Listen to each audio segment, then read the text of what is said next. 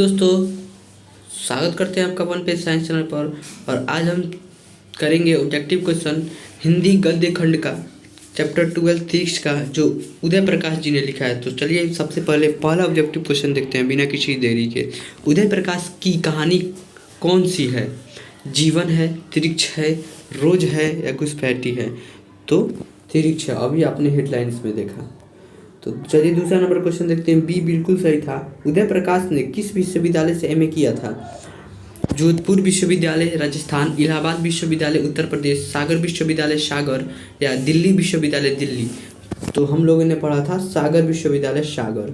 तो चलिए आंसर भी लाते हैं। आंसर सी बिल्कुल सही है। तो तीसरा नंबर क्वेश्चन अब देखते हैं। उदय प्रकाश ने किस पत्रिका का संपादन विभाग में काम किया था? दिनमान में, इंडिया टुडे में, प्रदीप में या धर्मयुग में? तो दिनमान में, जिसने भी पढ़ा होगा उन्हें मालूम होगा दिनमान में। तो चलिए चौथा नंबर क्वेश्चन देखते हैं। आंसर बिल्कुल सही था। उदय प्रकाश जी ने किस अंग्रेज पत्रिका का संपादन किया था? उदय प्रकाश जी ने किस अंग्रेजी पत्रिका का संपादन किया था? इंडिया टुडे, पब्लिक, एमिनेंस या इनमें से कोई नहीं? तो एमिनेंट में उन्होंने उनका संपादन किया था, एमिनेंट नाम की पत्रिका का।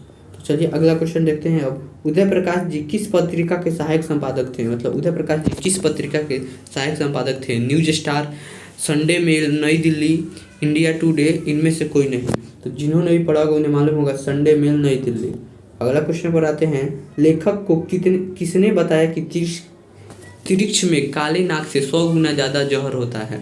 थानू ने, पंडित राम अवतार ने, नंदलाल ने या राम किशोर ने?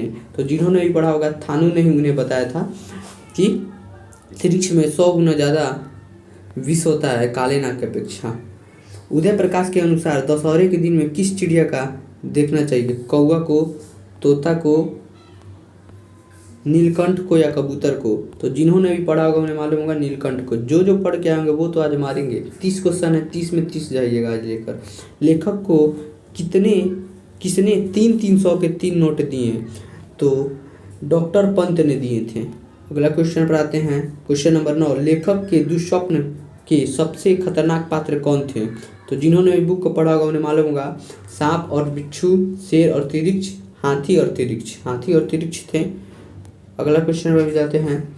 लेखक को सपने में क्या करने की आदत थी? वहाँ पर अपने नहीं होगा, सपने होगा। सपने में क्या करने की आदत थी? चलने की, रोने की, हंसने की या बोलने की और चीखने की? तो लेखक को सपने में बोलने और चीखने की आदत थी, ये उनकी माँ ने बताया था। तो अगला क्वेश्चन देखते हैं। डी ऑप्शन बिल्कुल सही है। लेखक के पिताजी ट्रैक्टर से कहाँ उतरे थे? लेखक के पिताजी ट्रैक्टर से मिनरवा टॉकीज के पास उतरे थे। अगला क्वेश्चन पर आते हैं। खतरनाक सपनों में लेखक का सबसे बड़ा अस्त्र क्या था? तो खतरनाक सपनों में जिन्होंने पढ़ा हुआ उन्हें मालूम होगा कि लेखक बचने के लिए लगते थे सपने में ही चिल्लाने। तो ऐसे में उनकी माँ आकर उन्हें जगा देती थी। तो सबसे बड़ा उनका आवाज़ था, आवाज़। सबसे बड़ा उनका अस्त्र था, आवाज़। अगला क्वेश्चन पर आते हैं। लेखक के पिताजी शहर क्यों गए थे? तो लेखक के पिताजी को जब तबीयत खराब था, जब उन्हें तिरिक्ष काट चुका था, तब भी उनकी कोर्ट में जरूरी काम था, उन्हें जाना जरूरी था, इसलिए वो अदालत में गए थे, कोर्ट में गए थे। तो चलिए अदालत में पेशी के लिए। कौन सी कहानी उदय प्रकाश जी की नहीं है? तो उदय प्रकाश जी की नहीं है वो है वारिस उदय प्रकाश जी ने नहीं लिखा है। ये सब पढ़ने वाली चीज़ है, जो पढ़ेगा वही बन पाएगा। लेखक के पिताजी को बचपन में किस रोग की शिकायत थी? तो लेखक के जो पिताजी थे उनको बचपन से ही एपेंडिसाइटिस की शिकायत थी, जिसके कारण वो हमेशा ही शांत रहते थे, किसी से भी ज़्यादातर बात नहीं करते थे। इसका बारे में लेखक ने बताया था हमें। तिरिक्ष कहानी के पिताजी का नाम क्या था? तो तिरिक्ष कहानी में पिताजी का नाम क्या था? राम निहाल प्रसाद, रामेश्वर नाथ प्रसाद, राम किशोर प्रसाद या राम बली प्रसाद? तो जिन्होंने भी पढ़ा होगा, ये तो ऑब्जेक्टिव पक्का है कि आएगा एग्जाम में, तो रामेश्वर प्रसाद। अगला क्वेश्चन पर आते हैं। कहानीकार तिरिक्ष की लाश को जलाने जंगल में किसके साथ जाता है? तो हमेशा वो थानू के साथ रहता है। ऑप्शन नंबर सी, थानू के साथ। पंडित राम अवतार क्या थे? पंडित राम अवतार ज्योतिष थे, वैद्य थे, राजनेता थे या ज्योतिष और वैद्य दोनों थे? तो वो ज्योतिष भी थे और वैद्य भी थे। तो ऑप्शन नंबर डी बिल्कुल सही होगा। पहले आंसर में जाते हैं, डी बिल्कुल सही है। अगला क्वेश्चन नंबर 19। तिरिक्ष कहानी के कहानीकार कौन है? तो उसी समय से देख रहे हैं लोग। उदय प्रकाश जी। बालकृष्ण भट्ट नहीं है, वो तो बातचीत के हैं। चंद्र शर्मा गुलेरी दूसरे चैप्टर के हैं, उसने कहा था। और सच्चिदानंद हीरानंद वात्स्याय आगे इधर के चैप्टर के हैं।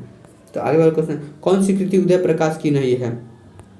कौन सी कृति उदय प्रकाश ने नहीं है? पीली छत्र वाली लड़की, पॉल गोमरा का स्कूटर, टूटा हुआ फूल और अंत में प्रार्थना। टूटा हुआ फूल उदय प्रकाश की नहीं है।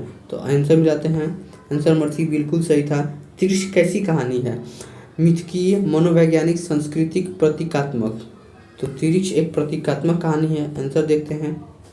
आंसर बिल्कुल सही है। पिताजी की, आप लोग भी अपना कमेंट में आंसर करते रहिए और बताइए कि किसका कितना सही हुआ है। पिताजी की मृत्यु कैसे होती है? तो पिताजी की मृत्यु तिरिक्ष के काटने से होती है, धतूरे के जहर से होती है, दुर्घटना से होती है, या मानसिक सदमे और अधिक रक्तस्राव से होती है। तो जब उनका पोस्टमार्टम हुआ तब डॉक्टर ने बताया कि उनकी मृत्यु मानसिक सदमे और अधिक रक्तस्राव से हुआ था, क्योंकि बहुत बच्चों ने उन्हें टेररिस्ट कह के मारा था।